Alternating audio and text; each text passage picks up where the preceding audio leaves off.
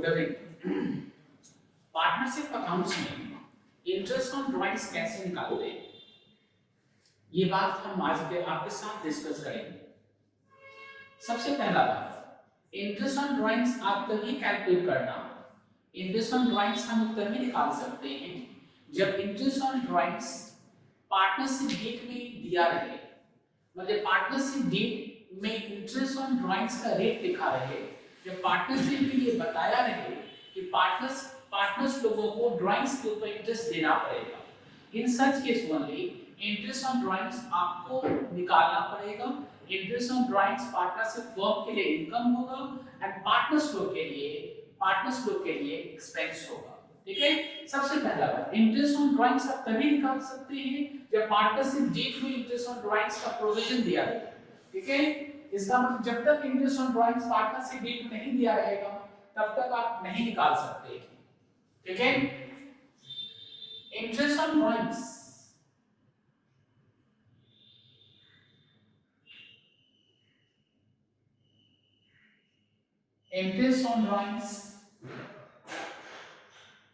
is payable by partners only if the rate of interest on drawings is given in deeds। मतलब deed के अंदर interest on drawings का rate दिया रहे तो ही आप इंटरेस्ट ऑन ड्राइंग्स निकालना, otherwise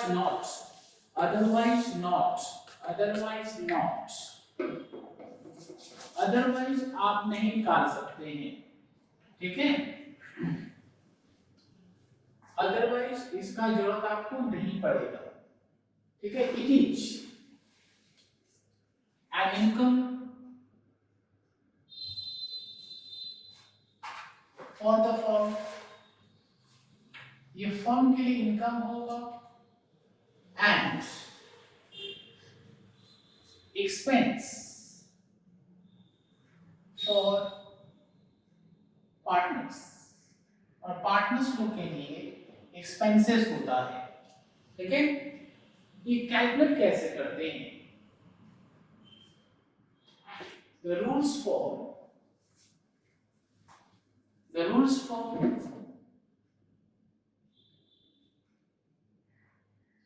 calculation of interest on drawings are, interest on drawings का रूल्स क्या है, मतलब इंटरेस्ट ऑन ड्राइंग्स आप कैसे निकालिएगा। फिर समझ लीजिए, इंटरेस्ट ऑन ड्राइंग्स आप तभी निकालना जब पार्टनरशिप डीड के अंदर इंटरेस्ट ऑन ड्राइंग्स पेमेंट करने का प्रोविजन हो। इसका मतलब पार्टनरशिप डीड में इंटरेस्ट ऑन ड्राइंग्स का रेट लिखा हो तो ही आप निकालना, अदरवाइज नहीं। ठीक है, ये कभी कैलकुलेट करते हैं, इसका रूल्स क्या है? First rule, when the dates of drawings are not known, जब ड्राइंग्स का डेट नहीं पता रहे, ठीक है, ऐसे केस में इंटरेस्ट कैलकुलेट करना 6 मंथ का, कैलकुलेट इंटरेस्ट फॉर 6 मंथ, आप 6 महीने का इंटरेस्ट निकालना। ऐसे केस में आपको 6 महीने का 6 मंथ का इंटरेस्ट निकालना है। आपको इंटरेस्ट कैसे निकालिएगा, इंटरेस्ट कैसे निकलेगा आपका? आप एनुअल ड्राइंग्स लेना, 1 साल का ड्राइंग्स का फिगर लेना,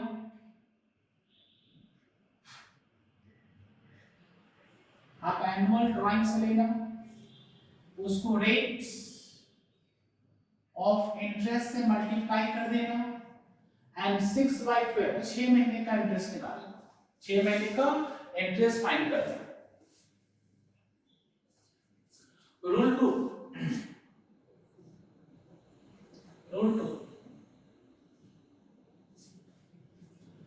second rule, when equal amounts is withdrawn, equal amount is withdrawn at the beginning of each month,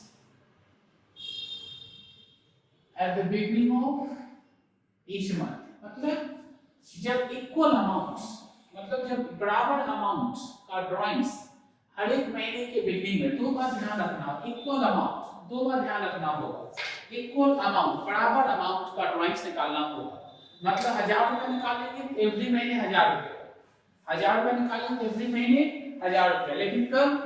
beginning of each month, हर एक महीने की पहली तारीख को, हर एक महीने की पहली तारीख को निकालेंगे। ऐसा होने पर कैलकुलेट इंटरेस्ट फॉर 6.5 मंथ्स। ऐसा होने पर इंटरेस्ट आपको निकालना पड़ेगा 6.5 मंथ्स का, ठीक है। इंटरेस्ट कैसे निकालिएगा?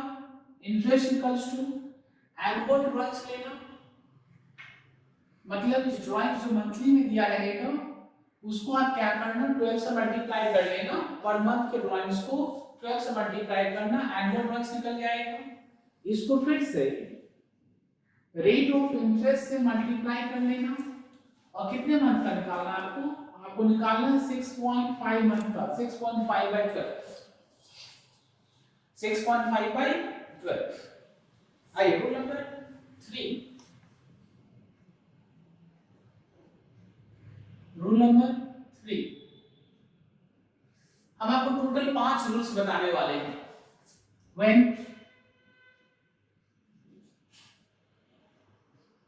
equal amounts is withdrawn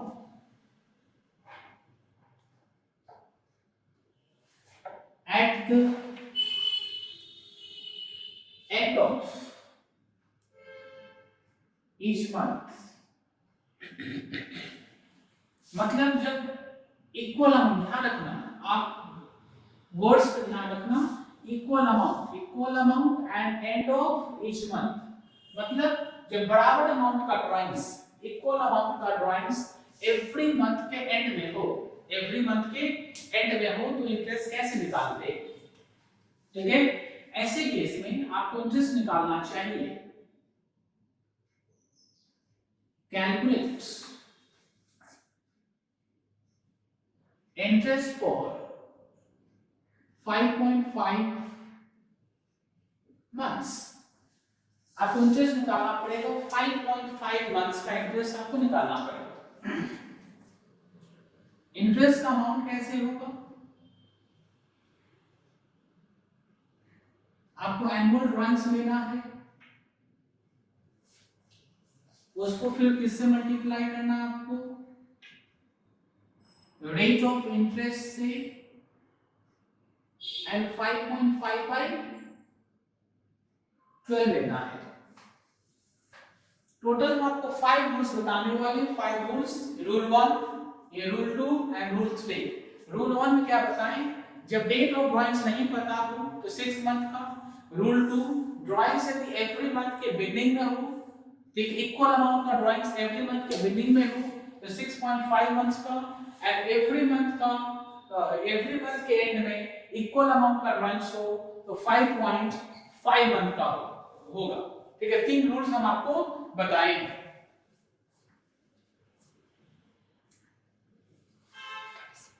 ठीक है। Rule number 4,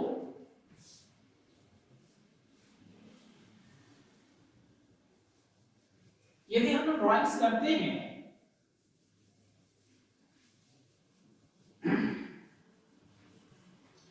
at the beginning of each quarter, एक साल में कितना क्वार्टर होता है? एक साल में अपना 4 क्वार्टर होता है। एक साल में अपना 4 क्वार्टर होता है। Rule number 10, rule number 4,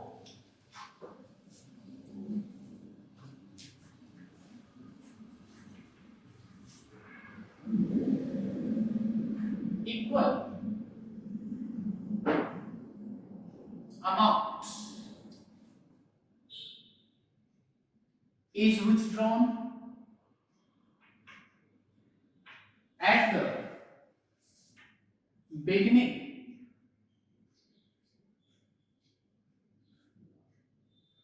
of each quarter। Quarter किसको बोलते हैं हम लोग? एक साल में 4 क्वार्टर होता है। जैन, फेब, मार्च एक क्वार्टर,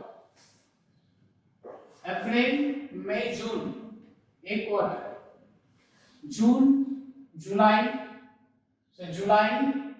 अगस्त, सितंबर एक क्वार्टर, सितंबर हो चुका है, अक्टूबर, नवंबर, दिसंबर एक क्वार्टर। यदि फर्स्ट क्वार्टर के बिगिनिंग में कोई पैसा निकालता हो, फिर सेकेंड क्वार्टर के बिगिनिंग में, फिर थर्ड क्वार्टर के बिगिनिंग में, फोर्थ क्वार्टर के बिगिनिंग में इक्वल अमाउंट्स, ठीक है। ऐसे केस में हम इंटरेस्ट निकालेंगे 7.5 मंथ का। इसका एनुअल ड्राइंग्स लेगा, क्या निकालेगा? इसका आप निकाल लेना एनुअल ड्राइंग्स, मतलब 4 गुनी 1000 1000 1000 1000, 4 बार 1000 1000 का निकालता है। एनुअल ड्राइंग्स निकालेंगे 1000 × 4 1000 × 4 4000 रुपए का ड्राइंग्स होगा। ड्राइंग्स कितने का होगा आपका? 400 रुपीस का आपका ड्राइंग्स होगा। एनुअल का मतलब साल भर का लेना है। ईयरली बेसिस में कैलकुलेट करते हैं, सारा अकाउंट्स हम लोग ईयरली बेसिस में निकालते हैं ना, इसलिए आपको इनटू क्या करना है इसको, और नंबर ऑफ ड्राइंग्स यदि 4 होता है तो 4 से मल्टीप्लाई करना। नंबर ऑफ ड्राइंग्स यदि 4 होता है तो 4 से मल्टीप्लाई करना, ठीक है। नंबर ऑफ 4 ही होगा, अमाउंट को 4 से मल्टीप्लाई करना तो एनुअल ड्राइंग्स निकल जाएगा। इसको फिर किससे मल्टीप्लाई करेंगे? रेट ऑफ इंटरेस्ट से मल्टीप्लाई करेंगे, ठीक है। और 7.5 by 12, 7.5 by 12, rule 5,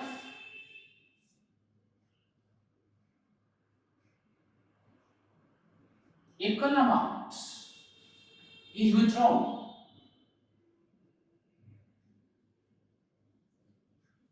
at the end of each quarter। Every quarter के एंड में यदि आप इक्वल अमाउंट का ड्राइंग्स करते हैं, एंड में, इसमें क्या मार्च के एंड में होगा, जून के एंड में, सितंबर के एंड में, दिसंबर के एंड में, इंटरेस्ट होगा आपका एनुअल ड्राइंग्स, इसको मल्टीप्लाई करेंगे रेट ऑफ इंटरेस्ट से एंड 4.5 मंथ का निकालेंगे, ठीक है। अच्छा, ये 6.5, 5.5, 7.5 एंड 4.5 कैसे निकला, इसके लिए आप नेक्स्ट वीडियो का इंतजार करें। Thank you.